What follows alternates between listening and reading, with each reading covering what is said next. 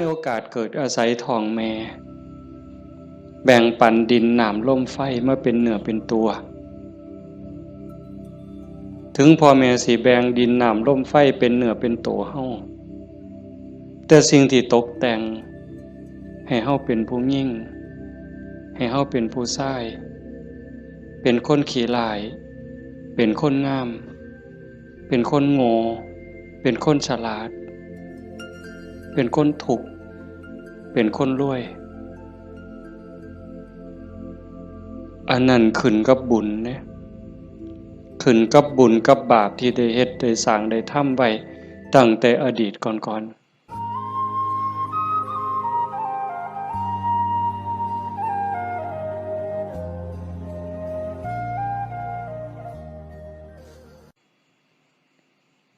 เฮาทั้งหลายจังว่ามีบุญ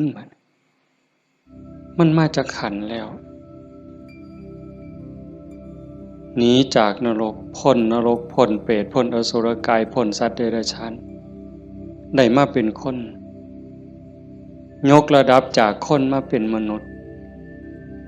มีศีลมีธรรมเข้าใจในเรื่องเล่าของชีวิต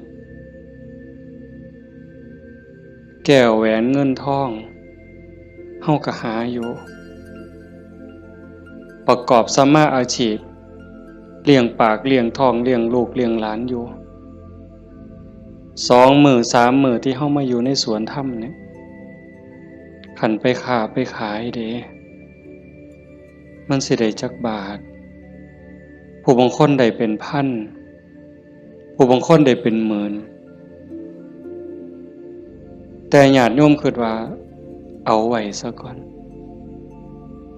แก้วแหวนเงินทองก็มีค่าอยู่มีประโยชน์อยู่แต่มันบ่สู่บุญบ่สู่บุญบ่สู่กุศลบุญกุศลจะเฮ็ดให้เฮาดียิ่งขึ้นไปกว่านี้สูงขึ้นไปกว่านี้บุญเป็นที่เพิงปุญญานิปะละโลกัสสมิงปฏิทาหุนติปานินังเพราะเหตุว่าบุญนั้นเป็นที่พึ่งของสัตว์ทั้งหลายในโลกหน้าพร้อมทั้งโลกต่อไปเพิงได้ตั้งแต่วินาทีนี้ตั้งแต่วินาทีที่เฮ็ด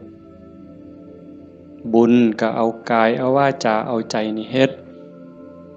บาปก็เอากายวาจาใจนี่เฮ็ดบาปเฮ็ดให้เกิดความทุกข์เกิดความเดือดร้อนคันแม่นเฮ็ดบาปดูๆเฮ็ดบาปบ่อยๆเฮ็ดบาปหลายๆถึงในขณะที่เฮ็ดมันสิม่วนมันสิสะใจก็ตามแต่จักมื้อหนึ่งเวลาหนึ่งมันจะเดือดร้อนในข้าวที่มันลุ่มหลงมันก็บ่ย้านหยังดอกอย่างคนไปรักของเขาคนฆ่าเขาเนี่ยฆ่าสัตว์ลักทรัพย์ประพฤติผิดในกามล่วงเกินลูกหลานสามีภรรยาผู้อื่นนอกใจผัวเมียเจ้าของก็แล้วแต่ขี่ตัวใส่หลายป้ายสียุโย่งให้แตกเหล่าสามัคคีตอนเฮ็ดตอนทำตอนกำลังมั่วเมาอยู่นี่ก็บ่ย้านหยังก็คิดว่ามันบ่มีผลแต่บัดฮอดเวลาหนึ่งมันจะเกิดความเศร้าหมองเกิดความย้านแต่มาว่าทุกคนเนี่ยแม่นสิปากคำเว้ายืนยันนักแน่นว่าบ่เชื่อดอกว่าบาปมีบุญมีชาติหน้าชาติก่อนนรกสวรรค์บ่มีดอกนั่นก็เว้าแต่ปากซ่อมมึงโลดคันมีคนแนวนั้นอยู่ใกล้เฮาปากว่าบ่ย้านแต่ว่าใจส่วนลึกเนี่ยมันยังมีอยู่วันๆอยู่คือกันบัดยามเจ็บยามไข้หรือยามที่บาปกรรมมันตามท่านตกทุกข์ได้ยากลำบากลำบนตอนนั้นสิกระวนกระวายเป็นทุกข์ตั้งแต่ยังมีชีวิตอยู่แต่ขันคนที่เชื่อมั่นอยู่แล้วว่าบาปมีบุญมีชาติหน้าชาติก่อนนรกสวรรค์มี ขันเผลอไปเฮ็ดบาปปั๊บด้วยความคิดไม่ออกเนี่ยเคยเป็นคิดบ่ดีบ่งามกับพ่อกับแม่กับครูบาอาจารย์พาสององค์เจ้าเพียงแค่ความคิดแป๊บนิดเดียวเศร้าหมองเดือดร้อนทันทีเห็นบ่ได้โดนเลยเด้อากาลิโกเลยเด้เกิดทุกข์เกิดเดือดร้อนทันทีบาปคือความทุกข์คือเครื่องเดือดร้อนในปัจจุบันส่งผลไปเรื่อยๆเรื่อยๆขันกำลังบาปมันแห้งมันยังส่งผลอยู่เจ็บไข้ไก่ล้มไก่ตายมันก็หลอกล้อนพาจิตตกไปสู่อบายหนักสุดลงสู่นรกเบาลงมาเป็นเปรตอสุรกายเบาอีกเป็นสัตว์เดรัจฉานใส่บาปใส่กรรมอยู่นั่นเบาบางแล้วเมื่อเวลากลับมาเกิดเป็นคนอีกเถื่อเศษบาปตามมาพิการหูหนวกตั้งแต่เกิดผู้บางคนตาบอดตั้งแต่เกิดผู้บางคนอวัยวะบ่สมส่วนผู้บางคนอวัยวะครบคือหมูตีนครบมือครบแข้งขาครบแต่ว่าขี้ร้ายโยมว่ามันถูกซ้ำใดเห็นหมูเขางามเจ้าของก็นั่งเศร้าซองก็โจกงามเลยจะเป็นอุกจะเป็นอังลังเถื่อก็หน้าตาดีดีแต่พิการมันมีแนวเหตุให้กลุ่มใจทุกข์ใจอยู่หั่นบ้านเมืองเขามีมือ10 นิ้วมือ10 นิ้วเจ้าของพันมี9เป็นตะยูว่าบัดนี้ไหว้พระย่ามใดก็จักสิเสียงจักสิเฮ็ดจังได๋ขาดก็บ่ดีคันเกินมา11 นิ้วแล้วบัดนี้สิ่งเหล่านี้เป็นผลของบาปที่ตามมาเล็กๆนะคันแม่นว่าอวัยวะก็คือหมู่อยู่หน้าตาก็พอไปวัดไปว่าก็บ่พอสิอายคนปานใดแต่ว่าทุกข์ล่ะเฮ็ดเวียกปานไฟไหม้มือไหม้ตีนคำบ่ได้ยืนขึ้นบ่ได้อยู่แต่บ่พออยู่พอกินจักเถื่อเอาคันหาอีกแนวนึงดีล่ะพ่ออยู่พ่อกินหน้าตาก็พ่อไปวัดไปว่าแต่ว่าได้ผัวขี่เหล้าเป็นจังไดคันสิป้ามันก็หักอยู่ได้เมียปล่อยเก่งบัดนี้เป็นจังไดเจ้าพ่ออยู่บ่บัดนี้ก็ยังว่าคู่กรรมคู่เวรเอาให้อีกก็ได้ผัวก็ดีดีเมียก็ดีดีบอกกันอ้อมแอมอ้อมแอมปานเทวดาแต่ว่าลูกปานผีบัดนี้ผานมันอย่างเดียวนอนก็บ่หลับกลางเว้นก็เป็นทุกข์กลางคืนก็เป็นทุกข์คิดอยากแต่น้ำลูกชายก็พอแห้งแล้วลูกสาวก็พอแห้งแล้วนั่นคือผลบาปแต่บุญล่ะบุญเป็นสื่อของความสุขเป็นสื่อของความดีความงามนำมาซึ่งความเจริญในขณะที่เฮ็ดปั๊บเฮ็ดบาปก็เอากายวาจาใจเฮ็ดบุญก็เอากายเอาวาจาใจนี่เฮ็ดแต่ว่าบุญเฮ็ดแล้วมีความสุขบ่ต้องรอชาติหน้ายังไม่ออกมาในสวนธรรมกราบพระปั๊บบ่แม่นกราบตามธรรมเนียมเนี่ยกราบด้วยความเข้าใจว่าเฮากราบพระรัตนตรัยพระพุทธเจ้าพระธรรมพระสงฆ์พระพุทธะนี่อยู่ในใจกราบลงไปโดยสำนึกขึ้นขององค์สมเด็จพระบรมศาสดามันเกิดความอิ่มใจเกิดปีติสิสังเกตไม่ออกสังเกตเจ้าของอยู่ว่าเวลาเฮานั่งสมาธิเนี่ยคือภาคค่ำเนี่ยแหละภาคแรงเนี่ย5 โมงแรง 6 โมงแรงนั่งสมาธินิ่งๆหอดเวลาทำวัด คุกเข่าขึ้นกราบงามๆนิ่มนวลคือกราบไปบนหลังพระบาทของพระพุทธเจ้ากราบลงไปบนหลังตีนเอาภาษาเฮาเอาหน้าผากแตะลงไปบนหลังตีนของพระพุทธเจ้ากราบ3 เทื่อแล้วเงยขึ้นประนมมืออะระหังสัมมาสัมพุทโธภะคะวาพระผู้มีพระภาคเจ้าเป็นพระอรหันต์ดับเพลิงกิเลสเพลิงทุกข์สิ้นเชิงตรัสรู้ชอบได้โดยพระองค์เองโอ้ซ้ำนี่มันอิ่มน้ำตาไหลอ่อนซ่อนเจ้าของอิ่มใจภูมิใจเด้ทั้งเถื่อเฮาบ่ต้องเว้าคิดซื่อๆนั่งสมาธินิ่งๆทบทวนพระพุทธเจ้าเพิ่นเป็นไผมาจากไสเฮ็ดจังได๋ได้เป็นพระพุทธเจ้าบุกบั่นฝ่าฟันเสียสละหยังมาแหน่กลัวได้เป็นพระพุทธเจ้าพอได้เป็นพระพุทธเจ้าแล้วขนขวายในการบอกการสอนการแนะการนำพระมหากรุณาธิคุณที่ยิ่งใหญ่หวังให้สรรพสัตว์ทั้งหลายพ้นไปจากความทุกข์พ้นไปจากการเกิดการแก่การเจ็บการตายพอพระองค์เห็นว่าวัฏฏะสงสารนี้หาความปลอดภัยอีหยังบ่ได้เฮ็ดบุญบักใหญ่หลวงตกนรกก็มีเฮ็ดดีมาตลอดชีวิตพลาดนิดเดียวล่วงลงสู่อบายก็บ่อึดแม่นสิเกิดมาเป็นคนดีแล้วงามแล้วร่ำรวยเฉลียวฉลาดมียศถาบรรดาศักดิ์แล้วแต่ความทุกข์ก็บ่เคยห่างหายไปจากคนเกิดเป็นทุกข์โยมกระทบทวนเห็นเกิดในท้องแม่9 เดือน10 เดือน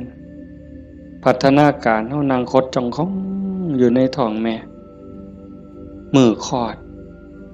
แม่ก็เกือบตายทั้งเถื่อก็ตายอีหลี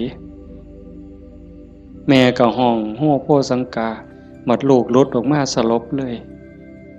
ลูกพดออกมาปั๊บก็หายกากหลด100%เต็มหมดสุคนทุกข์เลยเกิดมาทุกข์แก่ก็ทุกข์หูจักสุคนแล้วนั่งอยู่นี่เจ็บแขวเจ็บข้างเจ็บแข้งเจ็บขาปวดหลังปวดเอวเคยหมดสุคนนะหัวงอกตั้งแต่หัวงอกก็คือมันบ่เจ็บบ่ปวดก็ทุกข์เว้ยไม่ออกเป็นเลยว่ะซองกระจกเห็นผมงอกนี่ถอนปั๊บโลดย่านเข้าว่าเจ้าของเฒ่าเห็นบ่อายุ40คนเขาเอิ้นแม่ใหญ่ได้งวกปั๊บตาเขียวปื้อโลดเด้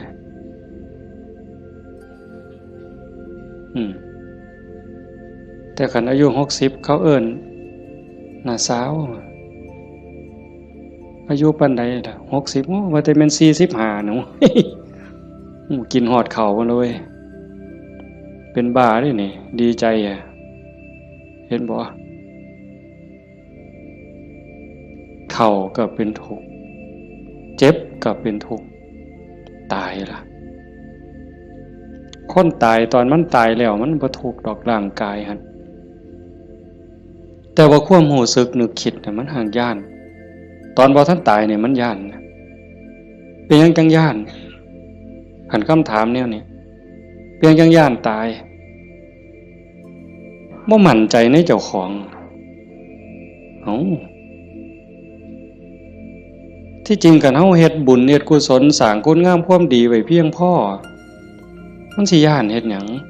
อาตมาคือกันอาตมาย่านตายไม่ออก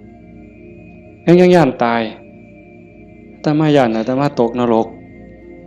นี่หม่องมันแมนอีหลีบัดนี้คันว่าตายปั๊บอาตมาจะไปเกิดเป็นเทวดามีสวรรค์วิมานกว้างใหญ่มีบริวารล้อมหน้าล้อมหลังมีทิพย์หมดจังสิไปเกิดเป็นพรหมจังสิไปย่านเฮ็ดหยังบัดนี้ก็สามเฮาสิหนีจากบัวข้วยนอนจะขี่ตมจะขี่งัวขี่ข้วยไปขึ้นปราสาทมีเครื่องหอมเครื่องท่ามีความหอมเต็มสะดวกสบายเฮาก็บ่ได้ย่านแต่นี่มันสิตกลงไปหลายกว่าเก่าเนี่ยมันก็เลยย่านแม่นคือบ่อาตมาบ่ฮู้ดอกโยมก็คิดเอาเองว่าโยมย่านคืออาตมาบ่ตายมันทุกข์ลางเทื่อก่อนตายเนี่ยญาติโยมนี่คนประพฤติปฏิบัติธรรมไปร่วมงานศพดูๆไปเยี่ยมคนป่วยบ่อยๆนี่ได้น้อมธรรมเข้ามาใส่ตนซ้ำใดเห็นคนเจ็บคนป่วยทรมานโอ้ยบัดฮอดข้าวเจ้าของสิเป็นจังไดน้อคือดูพอพระพุทธเจ้าเพิ่นบอกว่าโอปัญญิโกควรน้อมเข้ามาใส่ต้นเลือกได้อยู่บ่ล่ะโยมโอ้ยผู้ขาสิเลือกเอาตายด้วยโรคอันนี้ดอกสิเอาไหลตายดอกเอาง่ายที่สุดแล้วเด้นี่เอาวะกินข้าวอิ่มๆกับลูกกับผัวกับเมียแล้วนอนหลับแล้วตายไปเลยนี่ง่ายที่สุดแล้วเอาวะยังบ่ทันหันเอาอยู่เด้นี่ขนาดพิธีที่ดีที่สุดสบายที่สุดล่ะเด้ขันไปเว้าถึงพวกเจาะข้อหายใจบ่ได้เจาะข้อพวกท่านก็ป้อนอาหารทางสายยางเจาะสวงเอาเงี้ยวออกบัดนี้เลือดก็ใส่ทั้งแขนข้างนึงน้ำเกลือก็ใส่แขนข้างนึงออกซิเจนงุ่มดังอีกเจาะสวงเอาน้ำออกบัดนี้อุ้ยผู้ใดคิดว่าเจ้าของสิบ่ถูกแนวนั้นแน่อยู่นี่ยกมือขึ้นเบิ่งบ่มีหลักประกันหยังเลยพระพุทธเจ้าเป็นผู้มีพระมหากรุณาธิคุณคิดเห็นบุญคุณของพระองค์เที่ยวบอกเที่ยวสอนจากป่าสู่ป่าจากเขาสู่เขาจากกระท่อมของคนขอทานฮอดปราสาทราชวังของพระราชามหากษัตริย์คิดเห็นบุญคุณของพระองค์จังซี่เฮาได้มาเฮ็ดนำทำตามมันเป็นบุญแน่ๆคิดพ่อคิดเห็นนั่งสมาธิพิจารณาไปเกิดอิ่มใจพอใจสุขใจเดียวนี้คิดเบิ่งเจ้าของมันถึงสิเกิดบ้านนอกคอกหน้าบ้านป่าคาดอนบ่ร่ำรวยเป็นแสนเป็นล้านคือเพิ่น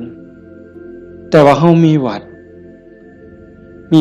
มีครูบาอาจารย์มีพี่มีน้องที่รักศีลรักธรรมเฮามีสัมมาทิฏฐิมีความเห็นถูกเห็นตรงตามคำสอนพระพุทธเจ้าอย่างน้อยๆนี่เชื่อว่าบาปมีบุญมีชาติหน้าชาติก่อนนรกสวรรค์มีเฮ็ดดีก็ย่อมได้รับผลดีเฮ็ดชั่วก็ย่อมได้รับผลชั่วพระพุทธศาสนาสอนเรื่องเหตุเรื่องปัจจัยเพราะสิ่งนี้มีสิ่งนี้จึงมีหวานพืชจังไดก็ได้ผลจังซั่น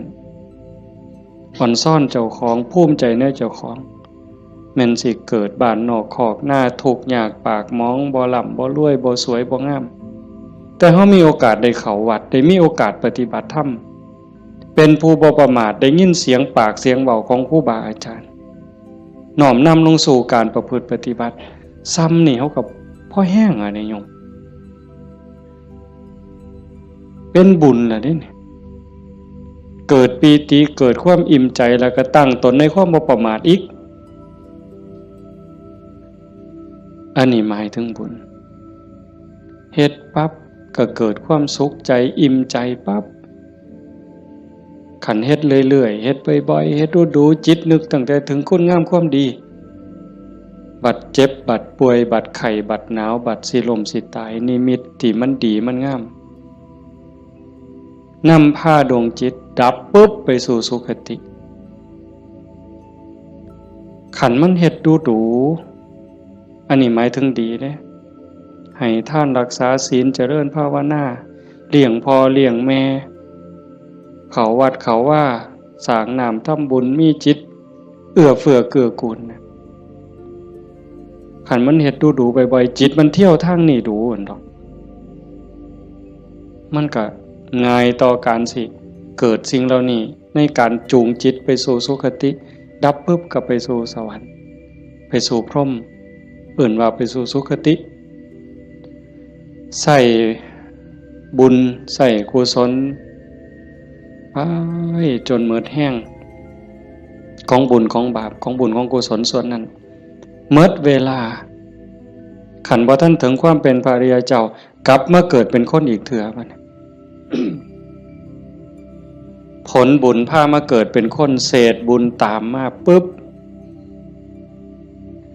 รูปร่างหน้าตาผิวพรรณสวยสดงดงามมีความอ่อนน้อมอ่อนโยนมาแต่ต้นเกิดในตระกูลสูงเชื่อผู้ดีให้ทานมาหลายๆด้วยจิตศรัทธารวยตั้งแต่เกิดแต่มาว่ามาหลายปีแล้วว่าขันคนให้ท่านด้วยความศรัทธาด้วยความเลื่อมใสเฮ็ดด้วยความจริงใจผลมันให้รวยบางเทื่อรวยตั้งแต่เกิดบ่ทันมื่นตาซ้ำปู่ย่าตายายเตรียมฝากธนาคารไว้ให้เปิดบัญชีไว้รับ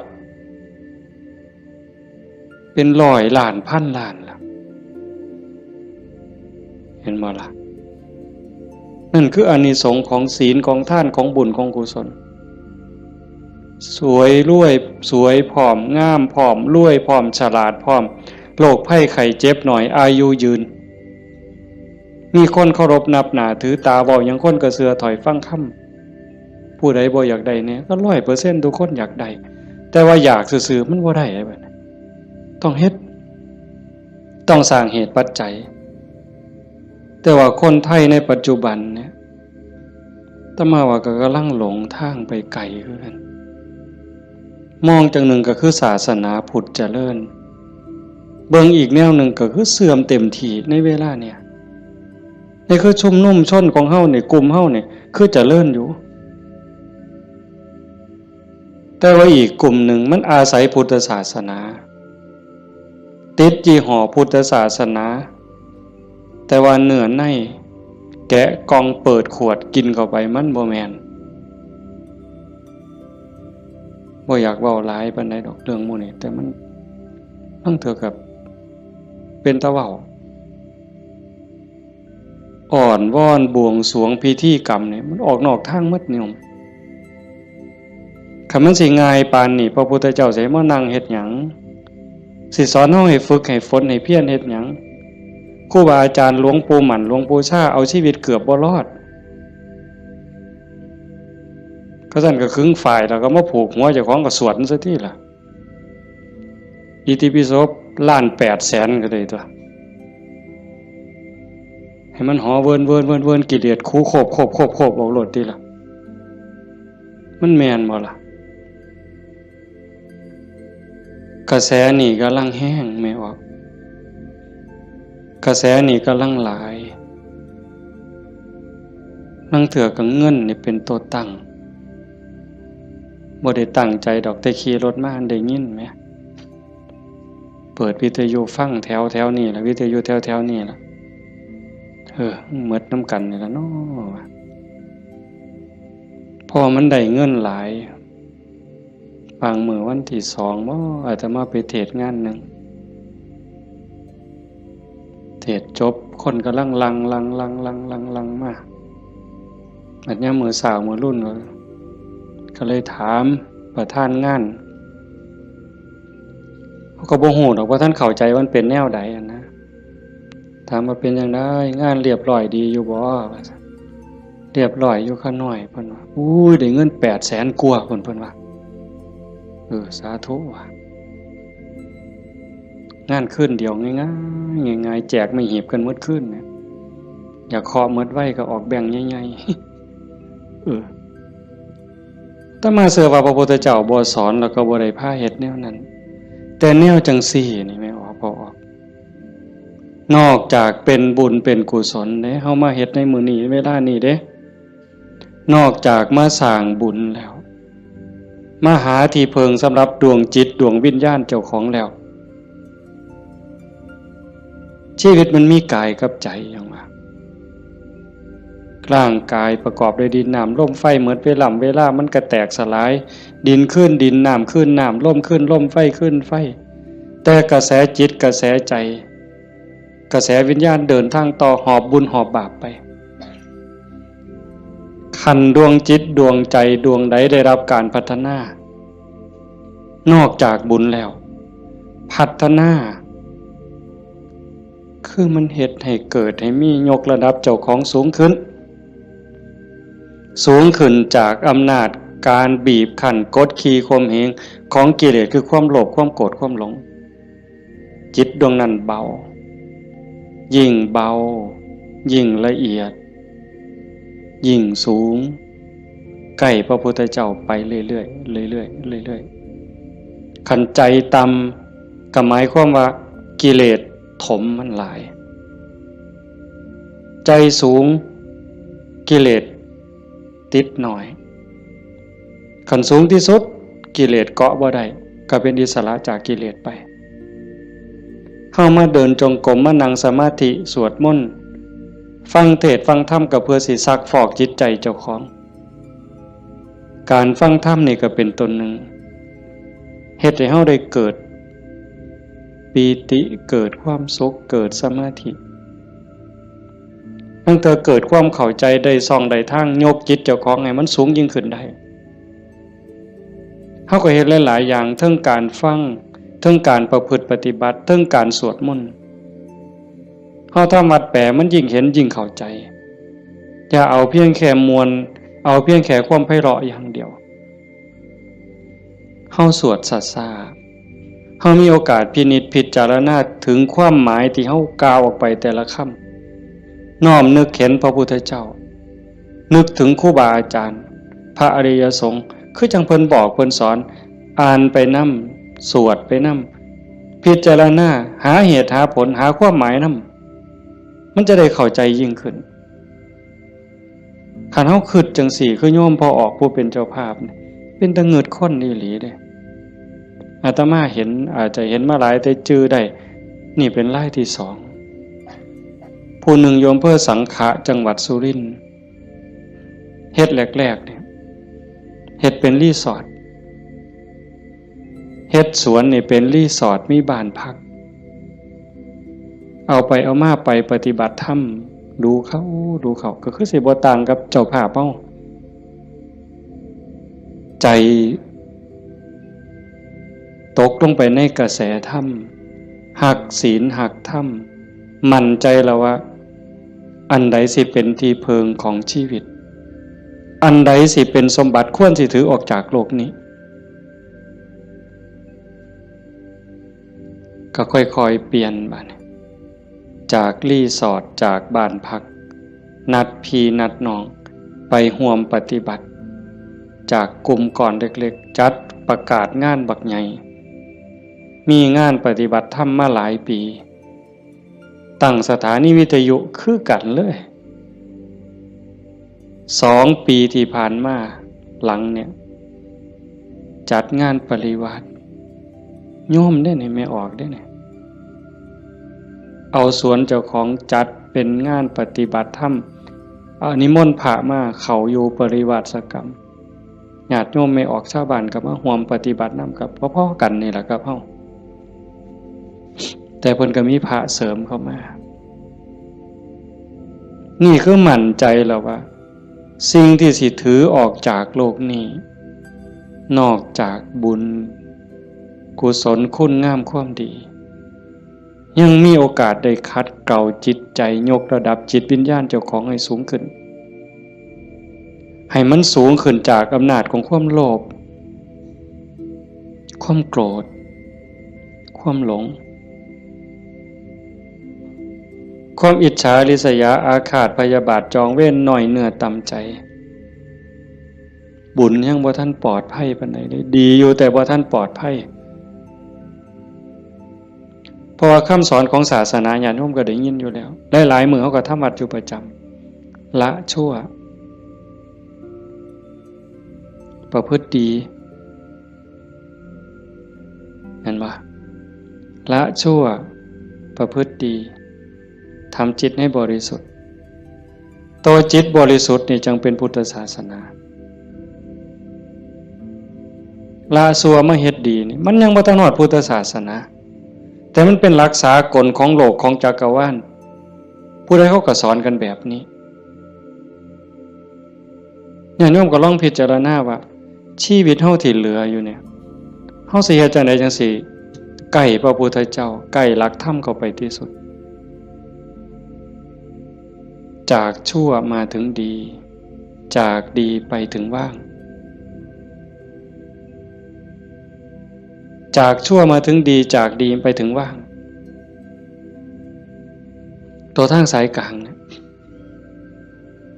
เฮาเดินจงกรมเฮานั่งสมาธิ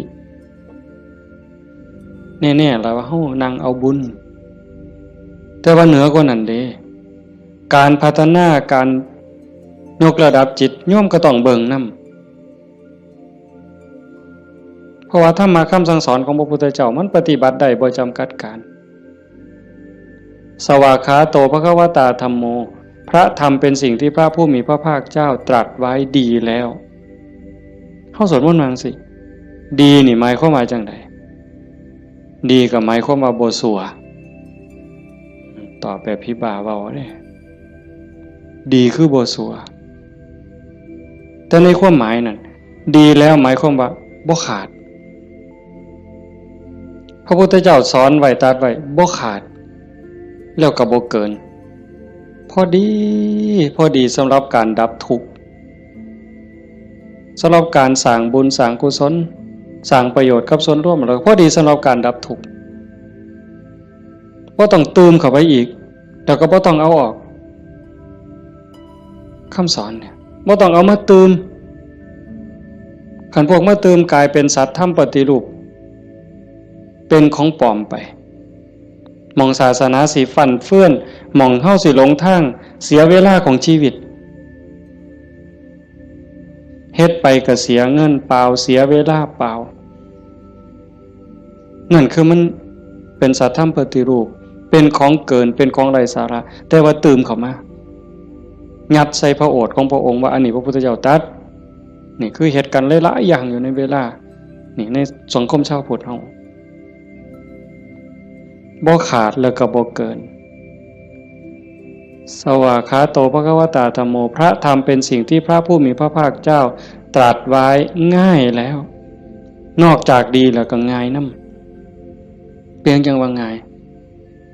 เป็นเหมือนกับเปิดของที่ปิดของที่ถูกปิดอันไหนเป็นคนปิดความบ่ฮู้อวิชชาความบ่ฮู้โมหะความหลงความมืดมันครอบงำจิตใจของเราสัตว์มาชั่วอนันตกาลจนเจ้าชายสิทธัตถะเสด็จออกบวชบำเพ็ญเพียรบารมีได้ตรัสรู้ใต้ต้นพระศรีมหาโพธิ์ก่อนพุทธศักราช45ปีนั้นจึงเปิดขึ้นมาได้นักบวชก่อนพระองค์เนี่ยเฮาสินับหลายปานใดเป็นหมื่นองค์หมื่นศาสดาหมื่นครูอาจารย์ที่แสวงหาแต่ว่าบ่มีผู้ใดพอเปิดบ่ออกบุญบารมีบ่ถึงแต่เจ้าชายสิทธัตถะบำเพ็ญบารมี20อสงไขยกำไรแสนมหากัปบารมีเต็มเปี่ยมจังสามารถเปิดของที่ปิดหงายของที่คว่ำจุดแสงสว่างในที่มืดบอกทางแก่คนหลงทางนี่คือคำสอนพระพุทธเจ้าเด้เปิดของที่ปิดหงายของที่คว่ำบอกทางแก่คนหลงทางจุดแสงสว่างในที่มืดก็จังว่าตรัสไว้ง่ายแล้วธรรมมันอันมีส่วนขี้ริ้วพระองค์เฉือนออกหมดสิ้นแล้ว ตัวใดมันเฟือมันฝุ่มเฟื่อยเป็นเรื่องไร้สาระเฮ็ดให้เสียเวลาพระองค์ปาดออกเฉือนออกหมด คือกันครับใบใหม่เมดป่าแต่พระองค์นำมาสอนซ้ำกับกำใหม่ในมือใบใหม่ในกำมือเนี่ยม่วนหลายมันบ่เป็นประโยชน์บ่เป็นไปเพื่อการดับทุกข์มันอาจเสียหลายคือกับใบใหม่ในป่าสูตรนั่นสูตรนี่สูตรยารักษาโรคสูตรสะเดาะเคราะห์ต่อชะตายังก็สิบอกกันคือซุมื้อเสริมดวงเสริมมงคลนั่นก็แล้วแต่วิชาที่มันบ่เป็นไปตรงไปเพื่อความดับทุกข์พระองค์บ่เอามาสอนเฉือนออกบ่เอามาเว้าถือเป็นเรื่องไร้สาระเป็นหยังจังเอาแต่สิ่งที่มันเป็นประโยชน์ล้วนๆเอาแต่แก่นเพราะว่าวันเวลาของชีวิตเฮาบ่พอโยมชีวิตหนึ่งๆเฮาบ่พอสำหรับการจะปลดเปลื้องกิเลสออกจากใจเป็นเรื่องรีบด่วนวันเวลาของชีวิตเฮามันบ่ถึง100 ปีจะคนเนี่ยเห็นบ่เบิ่งดีๆเด้เฮาเกิดมาอยู่ในโลกนี่มันบ่เกิน100 ปีหลายคนอยู่นี่60แล้ว70แล้วอายุจน70หัวงอกแขวหักแล้วเนี่ยกิเลสลดลงหรือยังถามเจ้าของเบิ่งยังเครียดให้ลูกเขยบ่เครียดให้ลูกไผ่บ่ไปตักอาหารยามมื้อเช้านี่มันอยากได้หลายเกินจำเป็นบ่นั่งเถื่อตักไปก็อันนี้ก็สิเป็นตาแซ่บอันนี้ก็สิเป็นตาแซ่บตักไปตักมาแงกเบิ่งถาดโอ้มันสิกินหมดบ่พ่อละเพิ่นว่าย่างสิวิโตเฮ็ดบักสมยังถอยกลับหลังมาอีกอยู่2 ก้าวกำปึ๊บอีกอยู่นี่คือเฮาพัฒนาบ่ทันไปเนี่ยตอนนี้อายุ70นี่เอาบักสมมาหน่วยนึงยังบ่พอยังเอาหน่วย2ไว้เสียงไว้ให้หลานอยู่มื้ออื่นมื้อเนี่ยเจ้าว่ามันของเล่นซั่นบ่กิเลสเนี่ยสิเอาชนะมันแนวใดหลายภพหลายชาติหลายแสนชาติล้านชาติมาแล้วที่เฮาแพ้มาตลอดแต่ว่าก็ใครแน่ชาตินี้ได้มาเป็นคนสู่ตอนในสนามนี่เวทีนี่ก็แม่นนักมวยนี่คือเวทีแก้มือแม่ว่านัดล้างตาก็แม่นการแก้มือกันเป็นกีฬาหยังก็ตามนี่เป็นไฟหนึ่งเป็นเกมหนึ่งที่เฮาสิเอาชนะมันแต่ตอนนี้จากยกแรกมาจนฮอดยก5นี่เฮาถึกมาสะบักสะบอมเนี่ยนับ8ก็หลายรอบแล้วอีกบ่ถึงนาทีแล้วเด้มันสิหมดยก5นี่สิหวังน็อกอยู่บ่เจ้าสิถึกศอกกลับเขามิดอ้อยซอยอีกยกนึงบ่จักนี่ต้องมึงเห็นเนี่ยจังว่าพระพุทธเจ้าเพิ่นเฉือนออกหมดสิ้นแล้ว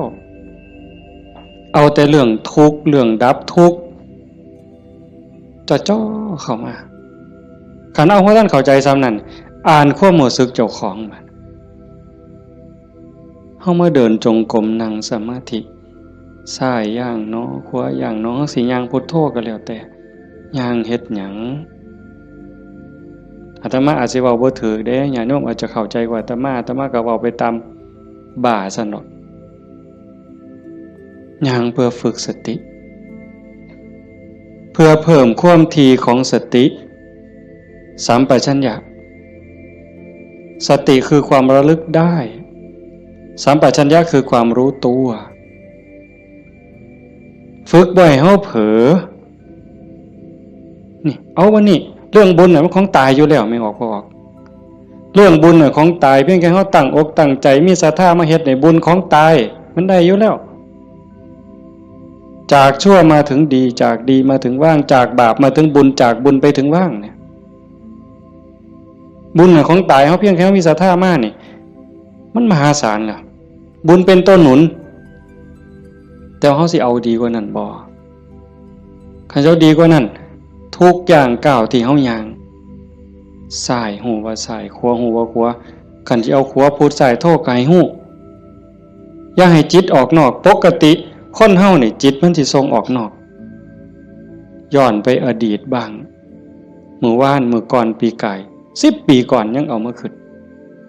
ดีบ่ดีก็ให้คือเห็นแนวเป็นตะทุกข์หลายเศร้าหลายนอนให้คือเห็นตั้งแต่10 ปีก่อนพุ่นอันนี้ก็บ่แม่น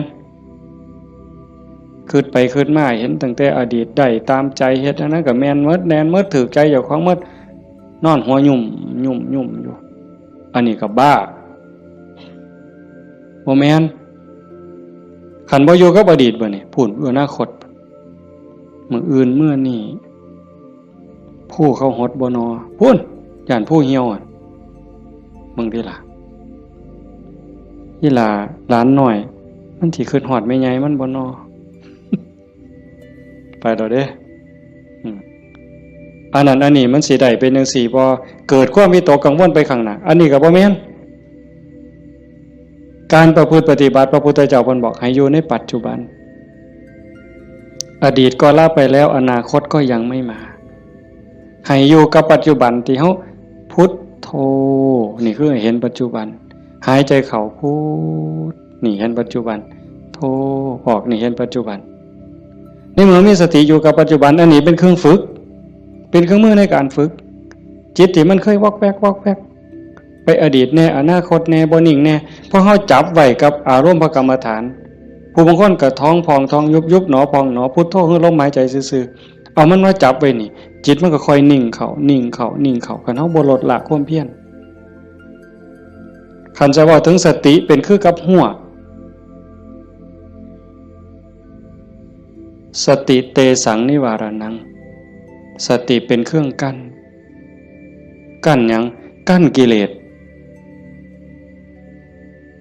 คือความเศร้าหมองคือความมืดความเศร้าหมองแห่งจิตแห่งใจบ่ให้มันมาท่วมทับจิต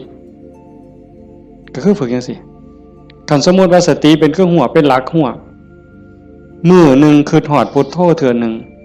ขาดบ่เนี่ย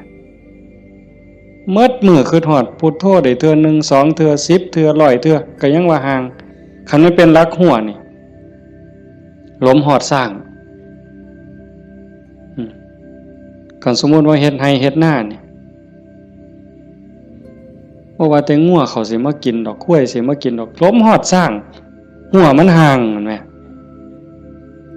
มื้อนี้เฮาฝึกดูๆมาเพียรปฏิบัตินี่ฝังหลักทีเขาแต่ก่อนมันห่างเป็น 2-3 เมตรสร้างเขาได้มื้อนี้ปักเขาไปกลางกึบเหลืออยู่เมตรครึ่งสร้างเขาบ่ล้มเนี่ยแต่ว่าข้วยเขาได้เด้ฝึกเขาไปอีกเพียรไปอีกพยายามเขาไปอีกฟักกึบเขาไปอีกจากเมตรครึ่งเหลือ75เส้นจบข้วยเขาบ่ได้งัวเขาบ่ได้แต่ว่าหมูอาจสิเขาได้เด้ดุดมุนเลยเสียบเข้ากลางกึบเหลือ30กว่าเส้นหมูเขาบ่ได้แต่หมาเขาได้มันเพี้ยนเข้าไปอีกซับเข้ากลางจาก30กว่าเหลืออยู่20 15ขึ้นไปหา20เสียบเข้าไปอีกเหลืออยู่10กว่าเส้นบัดแล้วไก่ก็เขาบ่ได้เสียบเข้าไปอีกไก่เขาบ่ได้กบอาจสิเขาได้ที่เขาอีกกบเขาบ่ได้เขียดโม่เขาได้ที่เขาอีกเขียดโม่เขาบ่ได้เขาได้แต่เขียดแค่หน้าสติเฮาคือกันสติสัมปชัญญะฝึกบ่อยๆฝึกดูๆเห็นดูๆฮู้ดูๆมันก็จะเป็นความชำนิชำนาญความระลึกรู้ระลึกเห็นบ่อยๆเกิดขึ้นอยู่ในปัจจุบันบ่อยๆบ่ได้แวบไปสู่อดีตบ่ได้แวบไปสู่อนาคตเกิดความตั้งมั่นเกิดความมั่นคงสติสัมปชัญญะสมาธิ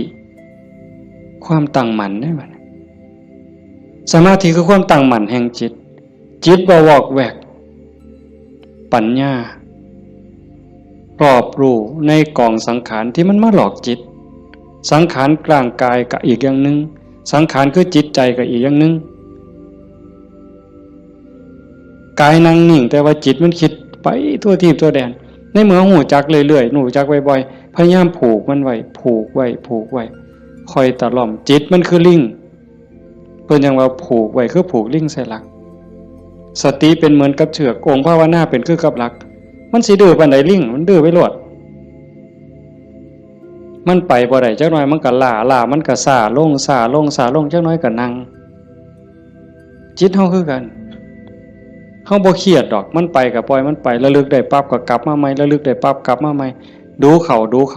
มันก็มีทางมันก็เป็นความชินของมันอยู่จักหน่อยก็นิ่งได้พอแต่มันนิ่งมันอิ่มแน่ไม่ออกก็สิเคยเห็นหลายคนนั่นล่ะเก่งกว่าอาตมาล่ะนั่งอยู่นี่ซ่อมเบิ่งเนี่ยเกิดความอิ่มใจสุขใจคันเฮ็ดดูบ่อยๆอย่างเฮาเบิ่งท้องพองท้องยุบเห็นคักๆขณะที่ท้องพองขึ้นปุ๊บทอเส้นผมปุ๊บขึ้นมาก็เห็นยุบลงปุ๊บทอเส้นผมนี่ก็เห็นหายใจเข้าหายใจออกคือกันในนี่มันก็มีการเกิดดับเห็นอยู่ในเมื่อนี้ทั้งสัตว์ปั๊บเกิดปีติเกิดความสุขเกิดอิ่มใจอันนี้เล็กๆดอกของเล่นน้อยๆขนาดบางเถื่อเฮาเฮ็ดดูบ่อยๆจนได้หูจักมันแน่แล้วบัดเกิดมื้อนึงเวลานึงเฮามีเรื่องต้องคิดต้องอ่านมันหนหูหนหวยกัดกลุ่มกระวนกระว่ายคิดพอปั๊บคิดฮอดกรรมฐานหายใจเข้าดึงลมหายใจเข้าหายใจยาวๆวืบหายใจออกวืบเย็นว่าขนลุกวืบโล่งอันนี้ก็มีก็เป็นบอนพักอีกอันนึงคันเฮ็ดจังสี่ดูบ่อยๆเฮาสิเล่นจังไดกับมันก็ได้ไม่ออกเคยเบิ่งความคิดเจ้าของบ่นั่งเบิ่งซื่อๆเนี่ยหลังจากเบิ่งลมหายใจเข้าหายใจออกพอสมควรบัดเวลานึงเฮาอยากเล่นกับความคิดตั้งสตินั่งจังสี่ปั๊บก็หลับตาเบิ่งรูปเจ้าของนั่งหลังจากนั้นก็ย้อนเข้ามาทางในเบิ่งจิตที่มันนิ่งอยู่ธรรมชาติจิตมันนิ่งมันว่างมันสว่างเป็นประภัสสรแต่กิเลส ความโลภความโกรธความหลงนั้น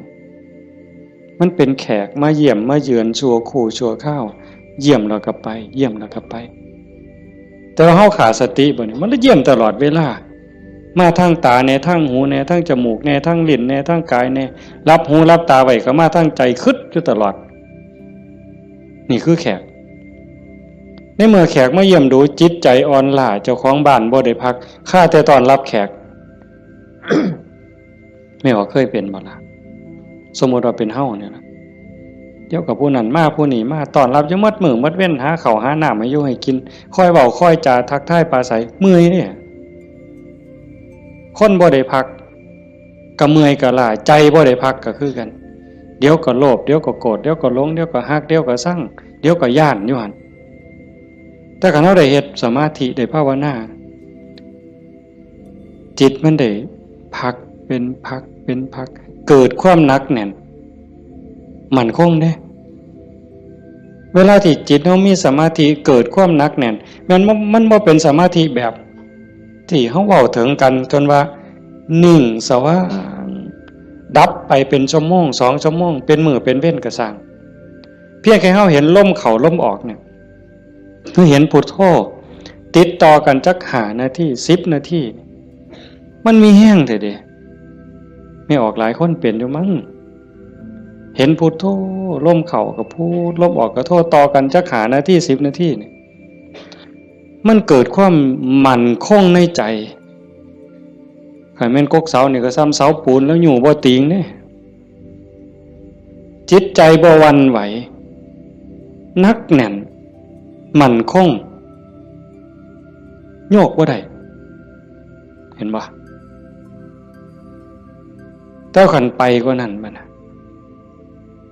อ่านเบิ่งความคิดปั๊บหูปั๊บคิดปั๊บหูปั๊บคิดปั๊บหูปั๊บเฮานั่งจังซี่คือกันไม่ออกคันสมมุติว่าเฮาพุทโธแล้วมันมักคิดเอาแนวใหม่มึงคิดกูสิเบิ่งบัดนี้บ่พุทโธแล้วเศร้าพุทโธคิดปั๊บหูปั๊บคิดปั๊บหูปั๊บบ่คิดต่อมันเด้บ่คิดซอยมันหูมันซื่อๆมันเศร้าเด้หูปั๊บมันเศร้าเลยเด้มันอยากอาย ซ้ำกับลูกกับหลานสิไปลักกินของเนี่ยเสียงตาหน่อยเบิ่งหดมือปั๊บรถเลยเป็นแนวนั้นเบิ่งความคิดอันนี้ก็ตนหนึ่งเอาไปเอามาหูขบวนการกันแรกๆตั้งเถอะมันคิดไปแล้วสมมติก็เขียนหนังสือนี่บออานอบานไม่โทบ้านบออัวบัวออามองามฮอดพุ่นจังคิดออกฮอดม่อมาหรอโอ้ยคิดไปอย่างฮอดพุ่นตั้งสติไหมมันเขียนไหมมันอาจสิฮอดงออาบ่ทันได้ม่อมาฮอดสระปั๊บหูปั๊บขันหูรู้มันสิสั่นเข่าได้บัดแต่ขันแรกๆปั๊บมันฮอดงออามองามบ้านบัวงามมันเฮาตั้งสติดีๆเอาก่อนมันมาฮอดม่อมาเนี่ยมันว่าหยังก่อนสระอาก่อนสระอาเด้งองูก่อนงองูเด้ว่าแหวนก่อนว่าแหวนมหานากาศก่อนมหานากาศบ่ใบไม้ไล่ถอยกลับมาลุ่นไปอีกสั่นเข่าคิดปั๊บหูปั๊บคิดปั๊บหูปั๊บการปรุงแต่งของจิตของสังขารมันไปบ่ได้ไกลเพราะหูมันอยู่จอบมันอยู่จากไปหอดบ้านบัวงามมันต้องบัดสุดท้ายมันหอดเพียงแค่บออาเพราะท่านไม่โทษสั่นเข้ามาหอดบอใบใหม่มัดโตเบิ่งดูบอใบใหม่เพียงแค่ขอดหัวหูจักหยุดปุ๊บเป็นแนวนี้ก็เป็นตรงมันว่างตรงมันนิ่งตรงนี้กิเลสบ่มานั่นคือจิตเดิมสะอาดบริสุทธิ์บ่พาเจ้าของถูกเข้าใจได้เลยว่าคำสอนของพระพุทธศาสนาสูงสุดเพื่อบ่ทุกข์คำสอนของพระพุทธเจ้าทั้งหมดเป็นไปเพื่อดับทุกข์เป็นไปเพื่อพ้นทุกข์จังว่าความว่างจากความยึดมั่นในความเป็นตัวเป็นตนในสิ่งที่ใดที่มีที่เป็นเฮาประพฤติปฏิบัติจังสี่คือกันเดินจงกรมนั่งสมาธิเพื่อเจริญสติสัมปชัญญะปัญญาสมาธิให้มันหูเท่าทันในเมื่อกิเลสเกิดมากระทบกิเลสคือความทุกข์คือความเดือดร้อนความเศร้าหมองต่างๆมันจะเกิดขึ้นกับจิตกับใจมันมาทางไหนมันมาทางตามันเข้าทางตาเข้าทางหูทางจมูกทางลิ้นทางกายทางใจเพิ่นเอิ้นว่าอายตนะอายตนะเป็นเครื่องเชื่อมต่อภายในก็มี6ภายนอกก็มี6ตามันเป็นคู่กับรูปหูเป็นคู่กับเสียงจมูกเป็นคู่กับกลิ่นลิ้นเป็นคู่กับรสกายเป็นคู่กับสัมผัสใจเป็นคู่กับอารมณ์มันใส่ตาใดเข้าทั้งตาใดมันเข้าทั้งตาใส่หูใดมันเข้าทั้งหูใส่ดังใดมันเข้าทั้งดังใส่ลิ้นใดเข้าทั้งลิ้นรับหูรับตาไว้มันเข้าทั้งใจไปเฮาฝึกสติสัมปชัญญะเพื่อให้อยู่กับปัจจุบันให้มันเท่ามันทันให้มันเร็วเวลาเกิดการกระทบตาเห็นรูปปั๊บตาบอดมันต้องเห็นตาบอดมันต้องเห็นเป็นเรื่องธรรมดาเห็นปั๊บเฮ็ดจังได๋บัดเฮ็ดจังได๋ในเมื่อตาเห็นรูปปั๊บเฮาสิรักษาใจบ่ให้มันหักบ่ให้มันสั่งบ่ให้มันดีใจบ่ให้มันเสียใจนี่คือตัวปฏิบัตินี่คือทางสายกลางเห็นปั๊บให้ใจเป็นปกติคือบ่ทันเห็นคือกับเฮานั่งเบิ่งพุทโธพุทโธตาเห็นปุ๊บหูปั๊บแต่ว่าให้นิ่งอยู่คือเก่าอย่าให้เกิดดีใจเสียใจอย่าให้เกิดหักเกิดสั่งขันมันจำเป็นสิต้องจัดการกับสิ่งที่เฮาเห็นก็เฮ็ดด้วยจิตเป็นปกติสมมติว่าขึ้นไปตั้งเฮือนมีขี่ไก่ไปด่าไก่กับบ่แม่นอีกปล่อยให้ไก่กับบ่แม่นอีกละคือเป็นตาสร้างไก่กับบ่แม่นอีกละบ่ถึงมัดเฮ็ดให้จิตเป็นปกติยากอยู่ได้บ่ง่ายจักเม็ดไม่ออกย้อนเฮาเฮ็ดบ่ได้นี่เฮาจังเกิดจังตายเที่ยวตกนรกเป็นเปรตอสุรกายเที่ยวขึ้นสวรรค์เที่ยวลงนรกอยู่นี่ย้อนเฮ็ดจิตเป็นกลางบ่ได้เห็นขี่ไก่ก็สิไปสั่งไปด่าไก่แต่คันเห็นเงินแบ่งพันถิ่มอยู่เป็นจังได๋บัดมันสิว่าดีใจที่ละว่าติ อันนี้ก็บ่ถึกดีใจพอใจก็บ่แม่นให้จิตเป็นปกติคันสิจับสิหยิบมันมีเจ้าของบ่ก็หยิบไปหาเจ้าของเอาเก็บไว้ซะก่อนก็จังค่อยไปกาดหาเจ้าของก็บ่คิดว่าสิเอาจังสี่คือกันคันบ่มาทางตาล่ะมันมาทางหูบัดนี้สมมุติว่าเขาด่าปุ๊บได้ยินเสียงด่ามาเฮ็ดจังได๋สิเฮ็ดใจเป็นปกติบ่เสียใจบ่น้อยใจคันพวกเพิ่นปฏิบัติเนาะเพิ่นจังว่าได้ยินเนาะเอาสติไว้ที่หูเกิดขึ้นที่หูก็ดับลงที่หูได้ยินเนาะบ่ให้ราคามันเถาะบ่ให้ราคาเลยบ่ดีใจนำบ่เสียใจนำเสียงกระซักว่าเสียงบ่แม่นสัตว์บุคคลตัวตนเล่าเขาเว้าง่ายแต่ว่าเฮ็ดยากที่สุดก็ย้อนว่าฝึกบ่ทันพ่อคันผู้ฝึกได้แล้วก็เย็นคือเก่าเด้คือหลวงปู่ชาเพิ่นว่าผู้ที่ฝึกบ่ทันได้คือบ่ทันเข้าใจคนด่าย่างไปเสาก็ด่าไปยามแล้งก็ด่าเห็นยามใดด่ายามนั้นก็ไปเครียดให้มันเป็นยังด่ากูเพิ่นว่าหมัดมือนึงเขาว่าอย่าไปหัวซ่ามาเด้อผู้บรรดาคนเนี่ยเป็นบ้าตัว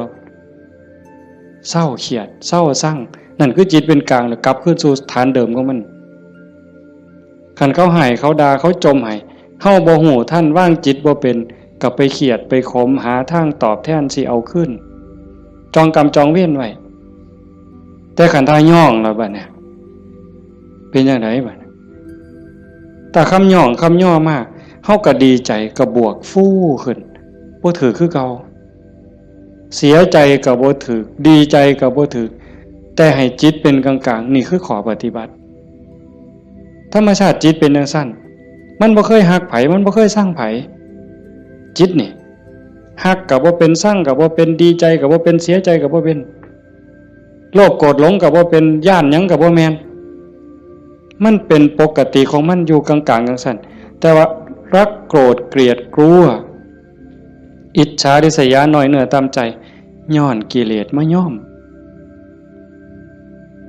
แขกมาเยี่ยมเนี่ยมันพาเจ้าของบ้านป้วงเดี๋ยวนี้ก็ซ้ำกับเฮาอยู่เฮือนธรรมดานี่แล้วเคยเห็นอยู่ตัวบางปีใหม่นี่ลูกหลานเฮาอยู่เฮือนธรรมดากับพ่ออยู่บัดหมู่มาชวนกินเหล้ามันก็เมาอยู่เฮือนเฮาหั่นแหล้วเป็นจังได๋ซั่นพาเจ้าของบ้านป้วงเลยให้เรารักษาใจเจ้าของให้เป็นปกติเขาประพฤติปฏิบัติเพื่อสิ่งนี้เด้โยม